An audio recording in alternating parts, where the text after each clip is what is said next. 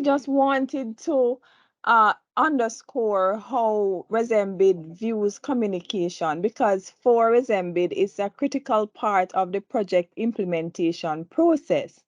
um, because some projects at times, communication comes at the back end when it's closing off. You have a closing ceremony and you highlight the achievements, and that may be it.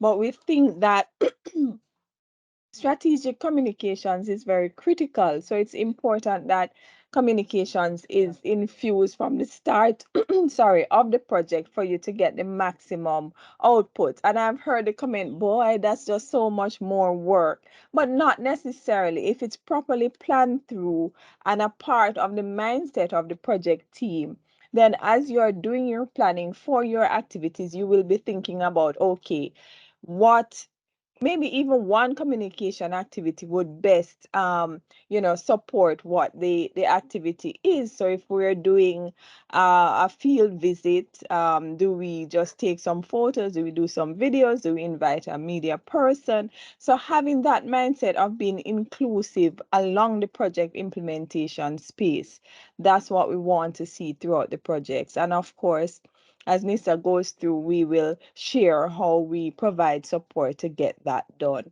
So I will hand back to Nisa at this point to walk us through the midsection of the presentation. Nisa?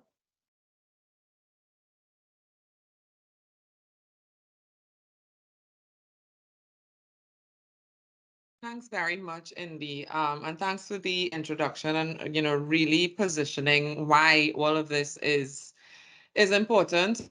We know at the end of the day, ultimately, your projects are really what matter to you, whether it is you're in BVI doing smart schools or, the Queen Conch hatchery. We know that ultimately your projects really are your driving force.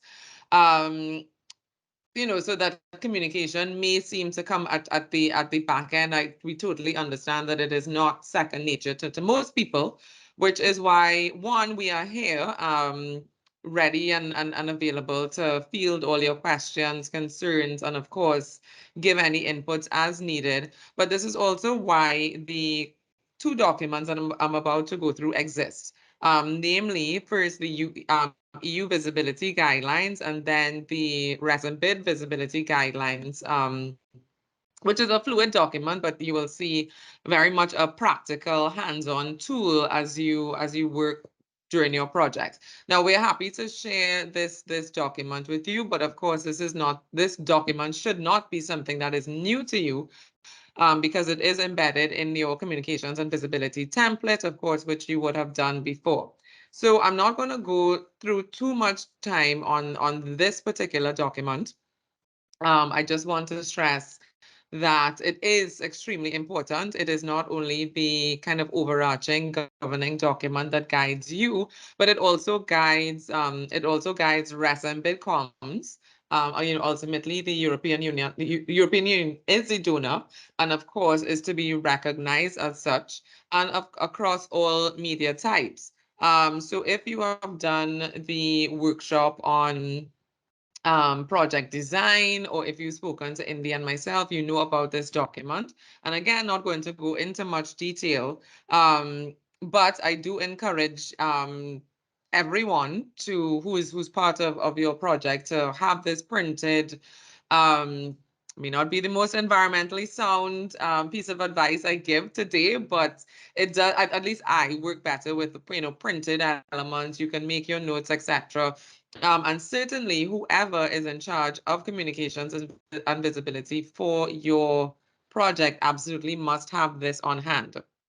So, again, not going through too much because you should have this, but it does go through the introduction, why we're doing this in the first place, go through the communication and visibility plan, which again, you would have worked up through your template, but this does help you to give more shape to that. And I know in the previous session, Vinko and Daniela mentioned that there could be a supplementary session to this.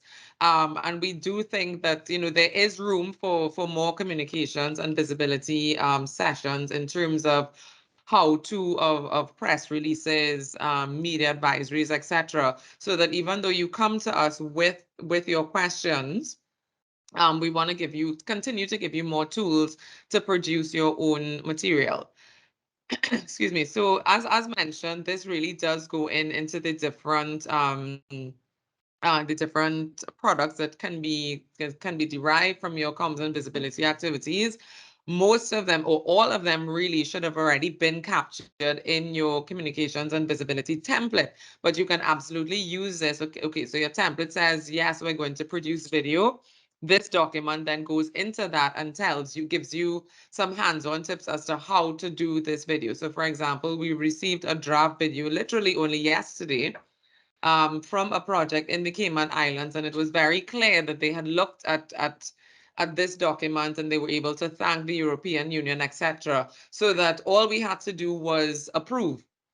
We didn't have to spend any time in kind of going through the nitty-gritty and adding this and taking that. It had already been done because they had very, very clearly and very closely followed this document. And it does go through this for all sorts of different media, even more than the REST and bid visibility guideline does. So again, we really, really encourage you to take not just a look at this, but keep it close and always reference it. Again, we will always, and we will get to this part in terms of approvals. We will always be on hand to give final approval, but this significantly does reduce your time in production, but our time, of course, in getting back to you as well. So if for any reason you have not received this, it is embedded in your communications and visibility template. And of course, if nothing else, you're absolutely welcome to request that from us. So as mentioned,